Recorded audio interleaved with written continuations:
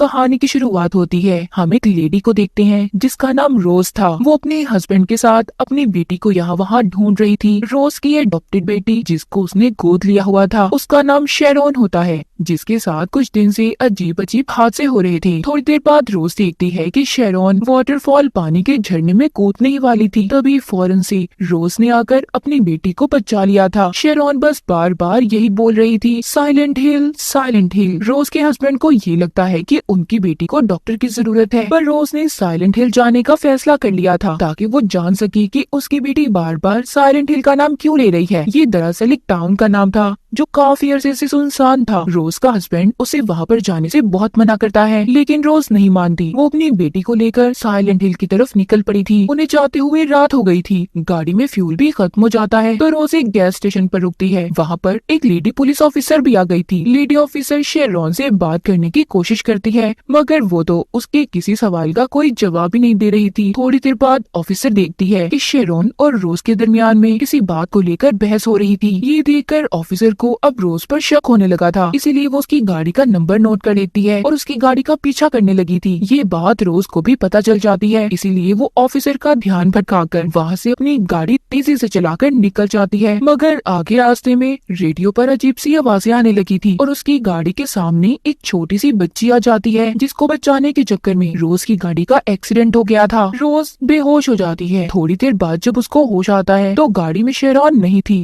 रोज अपनी बेटी को ढूंढने लगती है, मगर हर तरफ फोग यानी धुंध और धुएं की वजह से वो उसे नहीं मिलती। रोज अपनी बेटी शेरोन को ढूंढते ढूंढते साइलेंट हिल के टाउन में पहुंच जाती है। उसे वहाँ पर अपनी बेटी जैसी एक बच्ची नजर आई थी। वो आवाजें देती है, उसके पीछे जा रही थी। अब भागते भागते वो सीढ़ियों के पास आ जाती है। रोज बेसमेंट में पहुंच गई थी, तभी एक सायरन बजता है और हर तरफ अंधेरा हो गया था। रोज अपना लाइटर जलाकर अंदर जाने लगती है। उसे फिर से वहाँ अपनी बेटी जैसी लड़की दिखाई दी थी। वहीं पर वो एक आदमी को देखती है जिसको फेंस बाड़ पर लटकाया हुआ था। उसकी अंतड़ियां बाहर निकली हुई थी। हैरानी की बात ये थी वो फिर भी जिंदा था। तभी वहाँ पर अजीब से दिखने वाले क्रिएचर्स आ गए थे जो किसी बच्चे की तरह थे। देखते ही देखते वहाँ पर और भी क्रिएचर्स आ जाते हैं जो रोज को पकड़ने की कोशिश कर रहे थे। रोज उनसे बचते बचाते एक कमरे में चली गई थी और गिरकर बेहोश हो जाती है। थोड़ी देर बाद वो सभी क्रिएचर्स जो रोज को पकड़ने आ रहे थे कुछ देर में गायब हो जाते हैं। कुछ वक्त के बाद रोज को भी होश आ गया था। वो दोबारा से टाउन में अपनी बेटी को ढूंढने लगती है। तभी उसके सामने गहरी खाई आ गई थी जो बिल्कुल टाउन के दरमियान में थी। जब रोज उस खाई में देख रही थी तो अचानक से उसके पीछे एक औरत आ जाती है। रोज अब उसको अपनी बेटी की तस्वीर दिखाकर उसके बारे में पूछती है जो उसने अपने लॉकेट में डाली हुई थी। अजीब बात ये थी कि वो औरत शेरोन को अपनी बेटी समझ रही थी और रोज से वो तस्वीर लेने की भी कोशिश करती है, लेकिन रोज उस औरत से डर जाती है और जैसे तैसे करके वहाँ से भाग गई थी। दूसरी तरफ हम रोज के हस्बैंड को देखते हैं जो रोज और अपनी बेटी की तस्वीर को लेकर उन्हें ढूंढ रहा था। इधर टाउन में रोज वापिस से अपनी गाड़ी के पास आ जाती है जहाँ पर उसे अपनी बेटी शेरोन की ड्राइंग मिली थी जो कि एक स्कूल की थी। तभी वहाँ पर पुलिस ऑफिसर भी आ जाती है जो अब तक रोज का पीछा कर रही थी। अब जब वो शेरोन को रोज के साथ नहीं देखती तो उसे लगता है कि रोज ने अपनी बेटी को मार दिया है या फिर उसके साथ कुछ गलत किया है, इसीलिए पुलिस ऑफिसर ने उसे गिरफ्तार कर लिया था। मगर रोज पुलिस ऑफिसर को समझाने की कोशिश कर रही थी। वो कहती है कि मैं पागल थोड़ी हूँ कि मैं अपनी बेटी को कुछ कर दूंगी या फिर उसे मार दूंगी,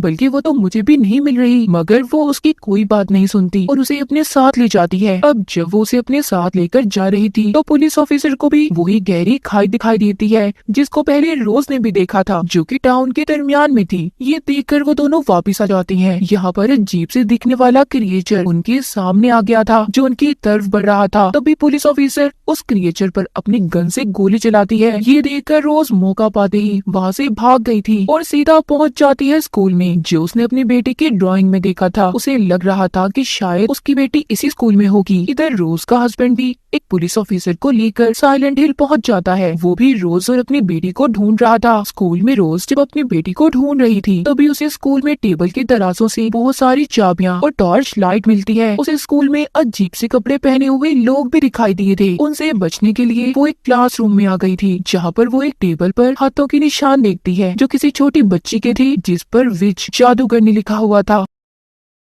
यहाँ पर हमें पता चलता है कि टेबल जिस बच्ची का था उसका नाम एलिसा था। वो बच्ची रोज को वहाँ पर नजर आ रही थी। वो उसका पीछा करती बाथरूम में आ जाती है और जब दरवाजा खोलती है तो उधर एक लाश थी जिसको तारों से पकड़कर लटकाया हुआ था। वहीं पर रोज को दीवार पर कुछ लिखा हुआ भी दिखाई देता है, जिसे पढ़कर वो उस लाश के मुंह से एक चिट निकालती है। जब वो बाहर जाने लगती है तो उधर उसे वही अजीब सूट वाले लोग दिखाई दिए थे, जिनसे डर कर रोज ने खुद को बाथरूम में ही बंद कर लिया था। अब वो लोग बाथरूम के दरवाजे को भी खोलने की कोशिश करते हैं। यहाँ पर हम देखते हैं कि उन लोगों के पास एक चिड़िया थी जिसको उन्होंने पिंजरे में रखा हुआ था। वो जोर जोर से बोलने लगती है, जिसकी आवाज को सुनकर वो वहाँ से चले गए थे। अब फिर से वहाँ पर एक सायरन बजता है। वो जगह जहाँ पर रोज थी सारी की सारी बदलने लगती है। दीवार पर से पेंट उतरने लगे थे। तभी रोज देखती है उधर बाथरूम में जो लाश थी वो भी जिंदा हो गई थी, जिससे डर कर रोज अब बाहर की तरफ भागती है। बाहर आकर वो फिर से वही अजीब से सूट पहने हुए लोग देखती है, जिनको वहाँ पर क्रिएचर्स जो बिल्कुल अजीब से कीड़े की तरह थे उन पर हमला कर देते हैं और उन्हें मार देते हैं। ये देखकर रोज बहुत ज्यादा डर जाती है। वो डर की वजह से नीचे गिर गई थी। इधर वो अपने सामने एक आदमी को देखती है जिसने अपने चेहरे पर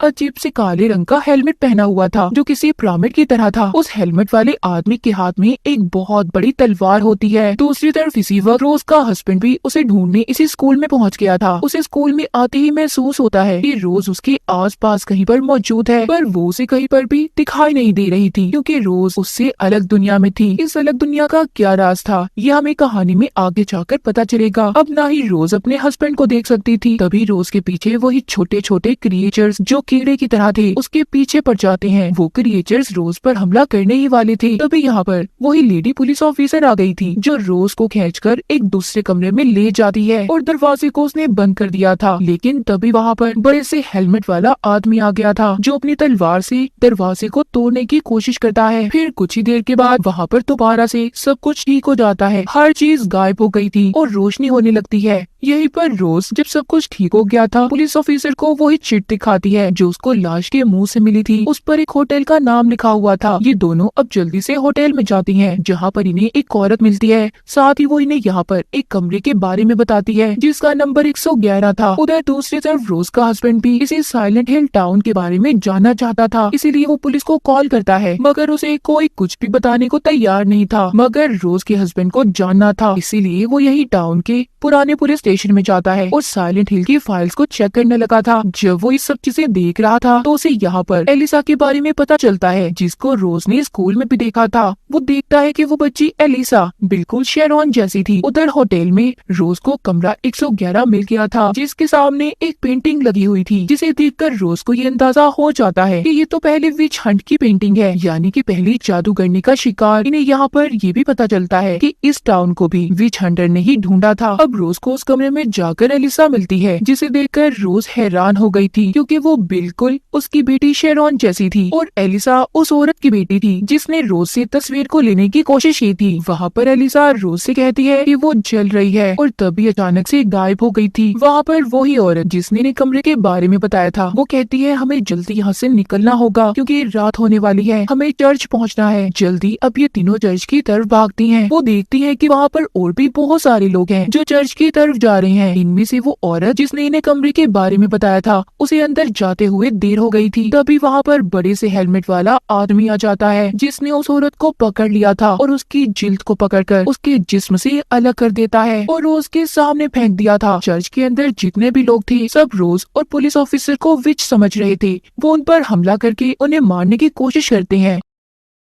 अब पुलिस ऑफिसर यहाँ पर अपनी गन चलाती है, जिससे सभी पीछे हट गए थे। दूसरी तरफ हमें रोज का हस्बैंड दिखाया जाता है, जो कि ऑर्फनेज में था। ऑर्फनेज जहाँ पर उन बच्चों को रखा जाता है जिनका इस दुनिया में कोई ना हो। वो जाकर नन को एलिसा की तस्वीर दिखाकर उसके बारे में पूछता है, क्योंकि वो बिल्कुल उनकी बेटी शेरोन की तरह दिखती थी, जिसे देखकर नन डर गई थी और कुछ भी बताने से मना कर देती है। पुलिस ऑफिसर भी यहाँ पर रोज के हस्बैंड को समझाता है कि देखो इन सब के बारे में भूल जाओ, तुम्हें कुछ भी नहीं पता चलेगा। अगर तुमने बार बार ये जिद की या फिर जानने की कोशिश तो मैं तुम्हें जेल में बंद कर दूंगा। उधर रोज जो के चर्च में थी, अब वो सीनियर प्रीस्ट से मिलती है, उससे अपनी बेटी के बारे में पूछती है और मदद मांगती है। प्रीस्ट लेडी कहती है कि मैं तुम्हारी कोई मदद नहीं कर सकती, शायद तुम्हारी बेटी अब डेविल यानी शैतान के पास है। ये सुनकर रोज डर गई थी। वो अपनी बेटी को किसी भी हालत में वापस लाना चाहती थी, इसीलिए वो डेविल से मिलने का फैसला करती है। वो प्रीस्ट रोज को एक सुनसान बिल्डिंग में लेकर जाती है, जहाँ पर उनका ये मानना था कि इधर डेविल रहता है। डेविल के कमरे में जाने का रास्ता रोज ने याद कर लिया था, मगर यहाँ पर लेडी प्रीस्ट को रोज का लॉकेट मिला था, जिसमें शेरॉन की तस्वीर थी, जिसे देखकर उन्हें अब ये लगता है कि रोज भी एक विच है, इसीलिए वो उस पर हमला कर देते हैं। मगर इधर लेडी पुलिस ऑफिसर उसकी मदद करती है और खुद को उनके आगे करके रोज को वहाँ से भगा देती है। रोज अब लिफ्ट में बैठकर एक सुनसान जगह पर पहुँच गई थी, जहाँ पर ज़ॉम्बीज़ की तरह दिखने वाली बहुत सारी नर्सेज थी। रोज को इनके बीच से होकर गुजरना था। वो ज़ॉम्बी नर्सेज लाइट को देखकर रोज की तरफ बढ़ रही थी। यहाँ पर रोज लाइट को बंद कर देती है और इनके बीच से गुजरकर डेविल के कमरे में पहुँच गई थी। वहाँ पर अंदर जाते ही उसे एलिसा की कहानी का पता चलता है। यहाँ पर हमें भी ये बात पता चलती है कि एलिसा एक आम सी लड़की थी, मगर सब उसको विच कहकर बुलाया करते थे और बहुत ज्यादा परेशान करते। एक दिन लेडी प्रीस्ट ने एलिसा की मॉम से कहा कि तुम्हें अपनी बेटी को होटल के कमरे 111 में भेजना होगा,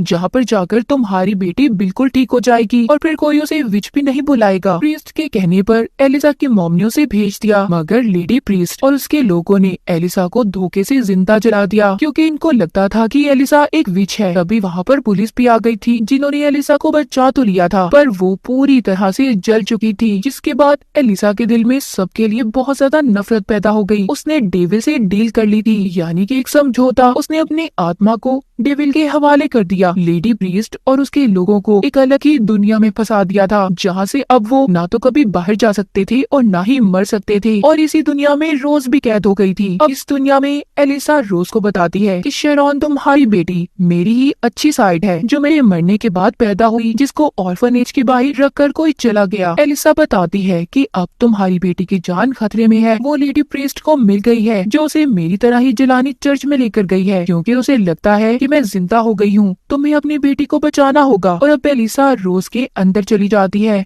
ये कहकर कि तुम्हें वहाँ जाकर सब कुछ सच बताना है, जो भी तुम मेरे बारे में जान चुकी हो। उधर चर्च में लेडी प्रीस्ट सबसे ये कह रही थी कि शेरॉन को अगर हम जला देंगे तो दुनिया से बुराई खत्म हो जाएगी। जिसके बाद वहाँ के लोग सबसे पहले लेडी पुलिस ऑफिसर को जिंदा जला देते हैं और फिर शेरॉन को जलाने ही वाले थे। तभी उधर रोज आ जाती है, जो सबको ये बता रही थी कि लेडी प्रीस्ट ने एक मासूम बच्ची को जलाया था, जिस वजह से तुम आज काली दुनिया में कैद हो। मगर रोज की बातों पर कोई यकीन नहीं करता और लेडी प्रीस्ट भी गुस्से में रोज को चाकू मार देती है। जैसे ही उसका खून निकलने लगता है, उसके अंदर से एलिसा बाहर आ गई थी और साथ ही उसका जला हुआ रूप भी आ जाता है। तभी यहाँ पर तेज धार तारे सभी को मारने लगती हैं। प्रीस्ट को भी उन तारों ने मार दिया था। रोज अपनी बेटी को बचाकर कोने में बैठ गई थी और उससे उसकी आंखें बंद करने का कहती है, पर शेरॉन ने गलती से एलिसा को देख लिया था, जो अब डेविल बन चुकी थी, मतलब एक शैतान में बदल गई थी। जिसके बाद डेविल एलिसा शेरॉन के अंदर चली जाती है। अब दोबारा से एलिसा की अच्छी और बुरी साइड एक साथ हो गई थी। इसके बाद रोज अब अपनी बेटी को लेकर वहाँ से निकल गई थी। रोज को लग रहा था कि सब कुछ ठीक हो चुका है।